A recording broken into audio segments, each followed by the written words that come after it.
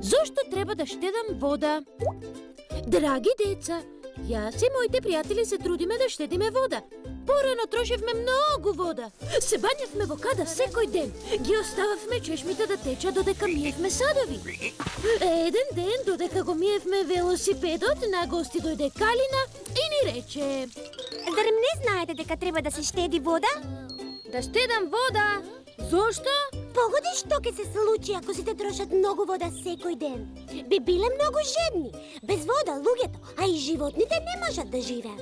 Тоа е страшно! А што ќе се случи ако во целата земја снема вода? Ке нема вода за да се измиеме кога ќе се извалкаме. И некои животни ќе бидат навистина несрекни. О, не! Тоа звучи ужасно! Има многу начини да се штеди вода. Туширањето е супер и се троши помалку вода од бањањето во када. Ако ставиме цигла во казанчето, ќе користиме помалку вода кога пуштаме вода.